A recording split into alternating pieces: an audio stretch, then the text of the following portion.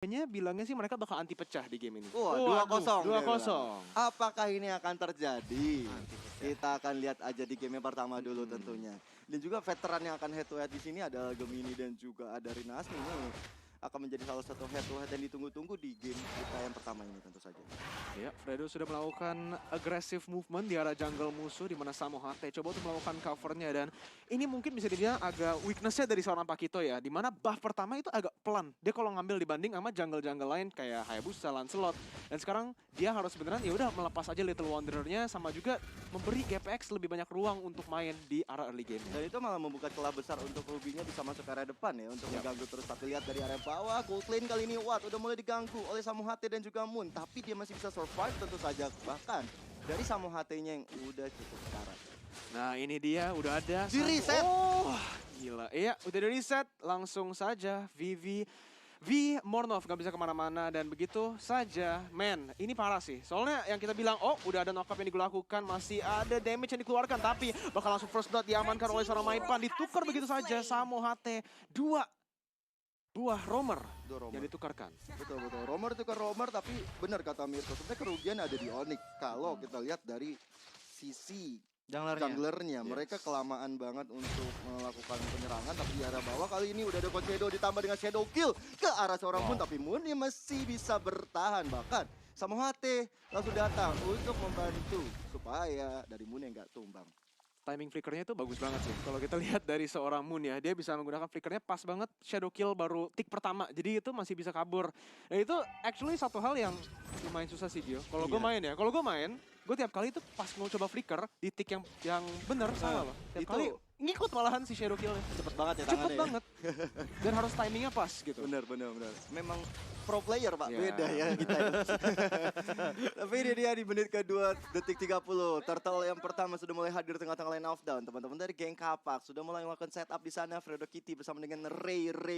Tapi udah ada Gemini juga yang siap sedia men-standby di sana. Tapi pergerakan dari V Mornov yang lagi ngelakuin purple buff, jadi akan sepertinya dibiarkan begitu saja. Bahkan Shadow Kill dikeluarkan, Falling Star Moon digunakan untuk kabur ke arah belakang. All right, karena Fredo Kitty dalam ancaman cukup besar. Bahkan Ando yang fokus ke arah seorang Maipan masih bisa bertahan. Tidak ada yang tumbang satupun pemainnya. Tapi masih ada V, langsung maju ke depan. Masih ada Emo Pendek yang dikeluarkan, tapi Maipan yang bakal berhasil mendapatkan kill-nya. Dan ini bakal menjadi Cecilion di menit yang ketiga yang udah mendapatkan 2 kill. Oke, memang masih dikontrol oleh GPX, tapi ini lama-lama Onyx bisa comeback sih. Mungkin di mid game-nya udah kuat banget nih dengan Maipan yang dari tadi untouchable. Iya, ini Maipan Zuzuzu harusnya ya. Nanti di menit kelima udah punya stack 100. Enggak, sebenarnya kalau misalkan dari Cecilion yang Onyx ini ya, kalau misalkan dengan posisi seperti ini di mana udah ada pressure juga di early game-nya, berarti Maipan akan bisa mulai efektif di menit 12. Menit 10-nya masih belum berasa banget. Oke, sudah ada Emo Vendor dan Samo HT deres banget. Headspill-nya harus silang. Dikeroyok 4 member dari geng Kapak kali ini. Bahkan dari Baitam Kupanya mencoba untuk menggigit ke arah seorang Moon. Terkena efek stun sekarang dan Moonnya masih bisa mundur ke arah belakang. Dan ini menarik ya Mirko menurut gua. Dari Watt sendiri dengan Popol Kupa sepertinya belum menjalankan tugasnya dengan baik. Harusnya dia bisa lebih cepat lagi untuk clearing ke arah minion ataupun dapetin 1 gold shield, tapi di menit keempat ini dia belum dapetin hal tersebut. Oke, tahu nggak kenapa di sana? Sebenarnya ya, kalau kita lihat, kenapa dia mainnya agak lebih pasif di arah early game. Kita lihat Samo HT langsung menggunakan flickernya, mendapatkan Fredo, menggunakan ultimate dan juga maju ke arah depannya, menggunakan Black Shoes langsung oleh seorang Ando untuk kabur. Tapi udah ada Ray yang melakukan engage lagi dan lagi, berhasil mendapatkan kill, dan itu bakal menjadi 1 tukar untuk 0. Tapi balik lagi ke poin yang tadi.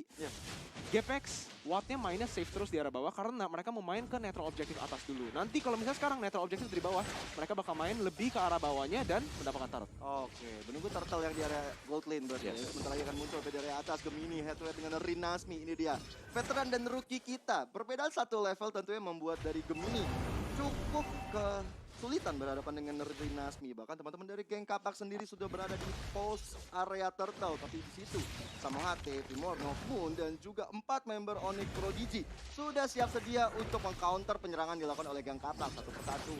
Dari Ando pun udah mulai cukup sekarat, bahkan Maipan dengan 1 buah bad fish-nya belum bisa mendapatkan 1 poin kill, tapi Lidator bisa diamankan oleh Ray. Masih looking for more, Coach Shadow akan ditambah dengan Shadow Kill karena belakang terbagi damage-nya. Meskipun dia bisa mundur, tapi Gemini dalam ancaman yang cukup besar. I'm offended ke Samo HT. Samo HT pun menjadi tanker di area depan. Mencoba diberikan badannya supaya anak-anak Onyx Prodigy nggak bisa kena damage berlebihan. Ini bakal menjadi gila sih. Ini maksudnya GPX menggunakan early game temponya dengan baik-baik banget. Dan Onyx, mereka mungkin agak terlalu maksa nggak sih, Coach?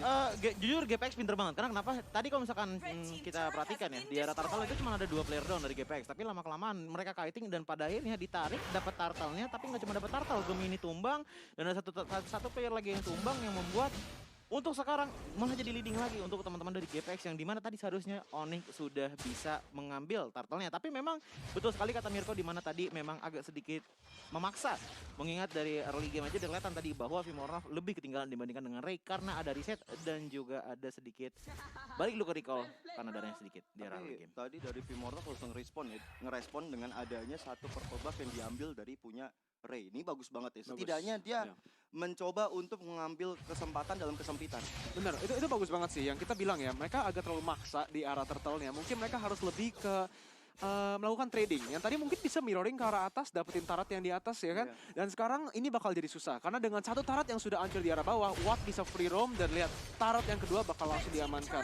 Ini kekuatan lah ya, bisa dibilang dari seorang Popoen Kupa dan mereka terus aja bakal langsung push ke arah depannya. Tier 2 tarat bakal menjadi target. Game ini nggak bisa kemana-mana dan free tarat lagi dan lagi untuk GPX. Ini yang menjadi target operasi ya dari Watt ya. Dia akan terus coba untuk dapetin objektif. Tapi di sisi lain Gemini di area atas kali ini bersama dengan adanya Vimornov mencoba untuk mendumbakan Kupanya terlebih dahulu dan mencoba nanti melakukan mirroring di area bawah. Tapi malahan dari Moonnya sendiri dia belum mau pindah ke area atas. Dia masih coba untuk ke area bawah, apalagi turtle yang ketiga kali ini akan menjadi milik siapa? Karena dari geng Kapak sudah dapetin 2 kali turtle, sementara itu Rinasmi sudah mencoba untuk mendapatkan turtle tersebut. Udah boleh dipok aja sama teman-teman geng Kapak, tapi di sisi lain Samo HT diam-diam dia sudah memperhatikan, dia sudah memantau pergerakan dari anak-anak geng Kapak.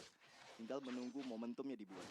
Iya, di sini udah susah banget sih untuk Onyx ya, dimana mereka nggak memiliki pressure sama sekali. Turtle bakal langsung diamankan begitu saja. Masih ada Samo HT yang coba untuk kabur, tapi lihat masih shadow kill langsung mengikuti ke arah belakangnya. Point Star mau digunakan, Fredo masih bisa kabur di sini, dimana dia langsung menggunakan Black Dragon formnya untuk coba melakukan damage lebih. Masih ada Vimornov yang tidak bisa mendapatkan point yang baik di sana dan wow, Ando yang berhasil mendapatkan kill 2-0 bersama juga dengan Turtle. Ini bukan pertukaran baik untuk Onyx. Tentu saja dong. Pastinya bagi geng Kapak mereka langsung kuat banget, bahkan satu area mid bakal dioperasi banget dan satu member dari geng Kapak pun harus hilang. Fredo Kitty kali ini terkena tamparan dari Maipan di garis tengah tadi, tapi kali ini kita coba Ray masih coba untuk mengganggu pergerakan dari purple buff yang dimiliki oleh seorang Vimornov dan didapatkan dengan kecepatan tangan Coach Shadow-nya ditambah dengan satu retribution tanpa retribution bahkan. Oh, dengan retribution tentu saja. Iya, gimana ya Gio sama Choji, ini map pressure-nya beneran udah fully dikontrol oleh GPX sih. Iya, kalau misalkan lihat dari map Line of Dawn di game kali ini, geng Kapak sudah memegang kontrol dari jungler area milik Onyx dan juga lihat dari segi taratnya. Tarat dari teman-teman GPX ini masih komplit semuanya.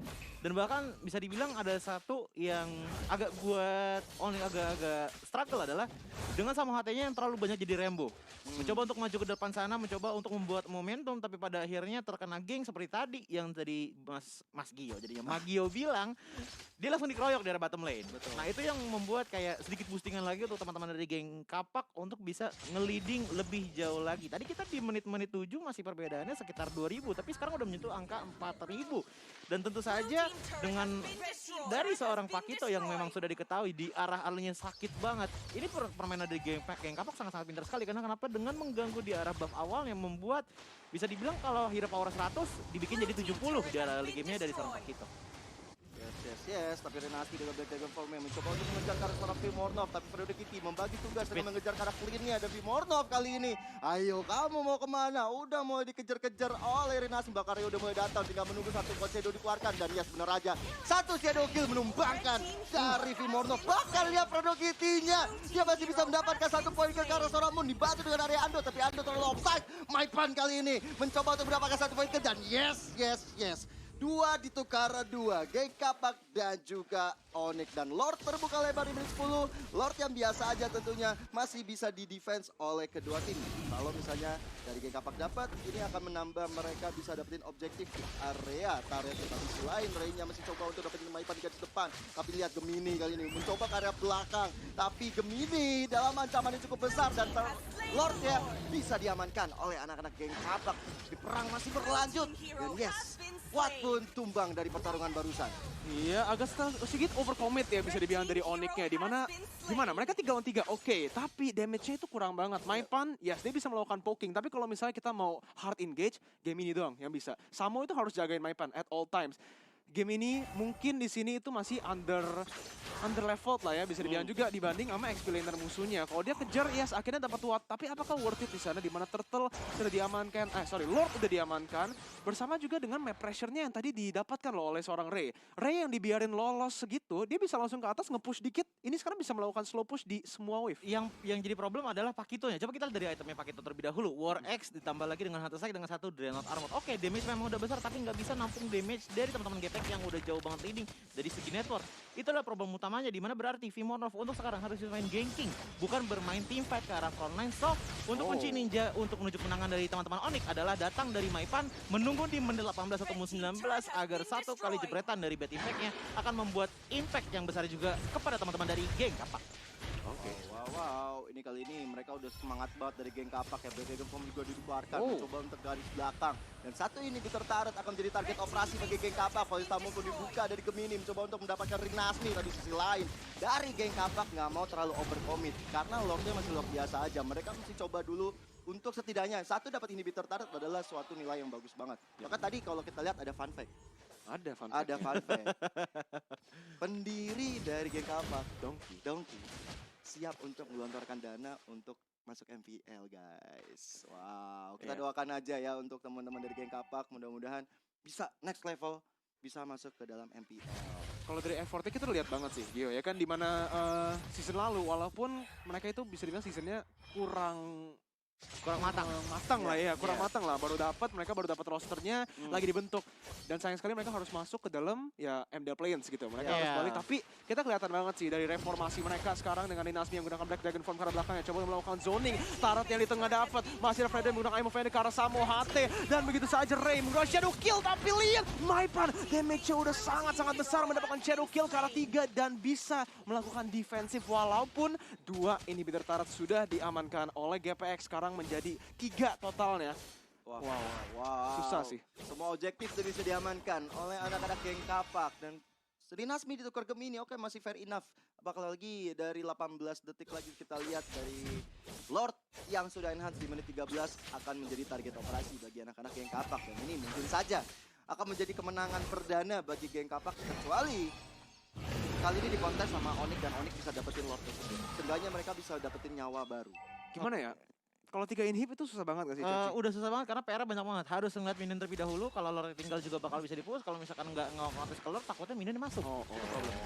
Sama menggunakan flickernya itu sangat tidak baik di sana, di mana Watt bisa melakukan damage. Maipan pun tertangkap dan shutdown langsung diamankan. Rinasmi looking for more. Moon langsung dikejar begitu saja. Masih coba untuk melakukan flicker ke arah belakangnya dan GPX 2 ditukar untuk 0. Mereka nggak butuh Lordnya di sini, Gio. Iya, mereka nggak butuh Lord, langsung straight to the point menuju ke area tengahnya. Tapi minion yang gerobak udah sekarat. Jadi mereka akan coba setup kembali dari Fredo Kitty dengan Imo Fender tanpa Voice Tamun ke arah belakang. Gemini mencoba dapetin satu Fredo Kitty dan juga Watt Supriyadi. Tapi lihat dari Wardov-nya, Wardov hilang di tangan seorang Hayabusa dan Gemini dikeroyokin habis-habisan. 2 bahkan 3 member dari Onyx Prodigy pun hilang. Nunggu Maipan yang sebentar lagi akan muncul. Ini akan menjadi nyawa tentunya kalau Maipan bisa clearing minion dengan sangat-sangat cepat. Tapi Ando nggak mau tinggal diam. Sudah ada orang ke arah belakang sana dan Nexus digunakan. Tapi sisi lain Samoati yang juga base-nya menjadi milik Geng Kapak di game kita yang pertama. Ini untuk Geng Kapak di game pertama kali ini benar-benar magnificent banget sih. Karena kenapa? Oke, kita bisa melihat dari teman-teman Onyx sudah ada Pakito, Cecilian, Edith, Esmeralda, dan juga Clint. Tapi yang jadi unik adalah,